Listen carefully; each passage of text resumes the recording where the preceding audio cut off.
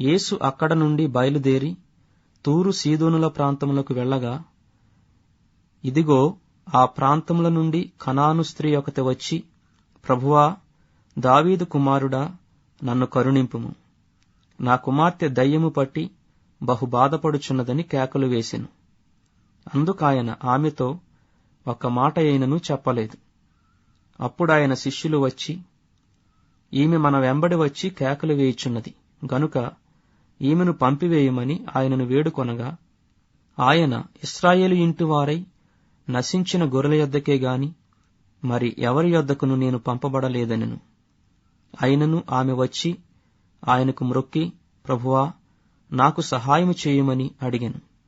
అందుకాయన, పిల్లల రొట్టె తీసుకుని కుక్క పిల్లలకు వేయుట యుక్తము కాదని చెప్పగా, ఆమె, నిజమే ప్రభువా, కుక్క పిల్లలు కూడా తమ యజమానుల బల్ల మీద నుండి పడు ముక్కలు తినును గదా అని చెప్పెను.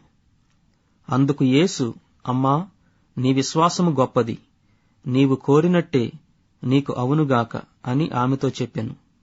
ఆ గడియలోనే ఆమె కుమార్తె స్వస్థత నొందెను.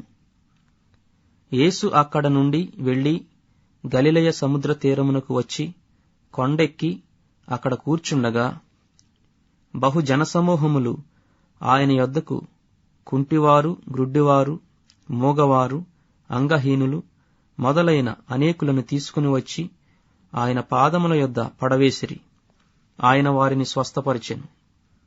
మూగవారు మాట్లాడుటయును, అంగహీనులు బాగుపడుటయును, కుంటివారు నడుచుటయును, గ్రుడ్డివారు చూచుటయును జనసమూహము చూచి ఆశ్చర్యపడి ఇశ్రాయేలు దేవుని మహిమపరచిరి. అంతట యేసు తన శిష్యులను పిలిచి, ఈ జనులు నేటికి 3 దినముల నుండి నా యొద్దనున్నారు. వారికి తిననేమియూ లేదు గనుక వారి మీద కనికరపడుచున్నాను. వారు మార్గములో మూర్ఛపోవుదురేమో అని వారిని ఉపవాసముతో పంపివేయుటకు నాకు మనసు లేదని వారితో చెప్పగా, ఆయన శిష్యులు, ఇంత గొప్ప జనసమూహమును తృప్తిపరచుటకు కావలసిన రొట్టెలు అరణ్య ప్రదేశములో మనకు ఎక్కడ నుండి వచ్చునని ఆయనతో అనిరి. యేసు, మీ యొద్ద ఎన్ని రొట్టెలున్నవని వారినడుగగా, వారు 7 రొట్టెలును కొన్ని చిన్న చేపలను ఉన్నవని చెప్పిరి.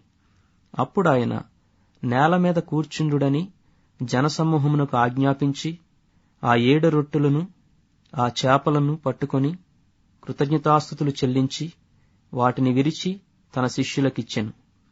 శిష్యులు జనసమూహమునకు వడ్డించిరి. వారందరూ తిని తృప్తి పొందిన మీదట మిగిలిన మొక్కలు 7 గంపల నిండా ఎత్తిరి. స్త్రీలును పిల్లలను గాక తినిన వారు 4,000 మంది పురుషులు.